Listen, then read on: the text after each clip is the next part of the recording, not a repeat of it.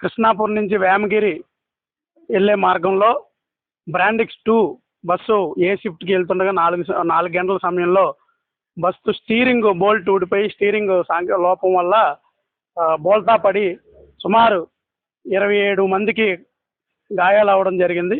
ఇప్పటికే హాస్పిటల్లో అచ్యుతాపురంలో కొంతమంది, అనకాపల్లిలో కొంతమంది వైద్య చికిత్స పొందుతూ ఉన్నారు. బ్రాండిక్స్ విఎస్ఎన్ ట్రావెల్స్ సంబంధించి ఈ బస్సు అయ్యింది. ఏపీ 31 TN 4369 ఈ వెహికల్, ఈ బస్సు అనేది ప్రమాదానికి గురవడం జరిగింది. బ్రాండిక్స్ బస్సులు ఏదైతే ఉందో ఈ బస్సులన్నీ కూడా ఏ ట్రావెల్స్ అయినా, చిట్టుపేట తల్లి ఏ ట్రావెల్స్ అయినా బ్రాండిక్స్లో బస్సులు, అనేక బస్సులన్నీ కూడా ఈరోజు నాణ్యతా ప్రమాణాలు పాటించకుండా బ్రాండిక్స్ బస్సులు నడుపుతూ ఉన్నారు.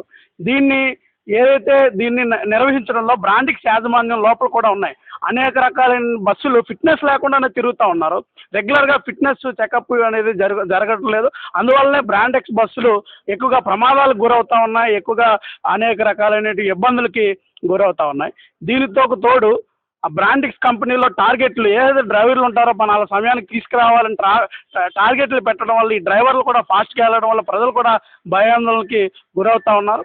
కనుక ఏదైతే ఈ బ్రాండిక్స్ కంపెనీ బస్సులు ఏదైతే ఉన్నా ప్రతి బస్సు కూడా ఫిట్నెస్ ఖచ్చితంగా పాటించే విధంగా ప్రభుత్వం చర్యలు తీసుకోవాలి. అదైతే బాధిత కుటుంబాలు ఏవైతే ఉన్నాయో బాధిత కుటుంబాలకి బ్రాండిక్స్ యాజమాన్యం చేదోడు వాదోడుగా ఉండాలి. ఎవరైతే బాధితులు ఉన్నారో వీళ్ళందరికీ మెరుగైన వైద్య చికిత్స అందించాలని చెప్పేసి CIT యలమంచిలి మండల కమిటీ నుంచి డిమాండ్ చేస్తా ఉన్నాం.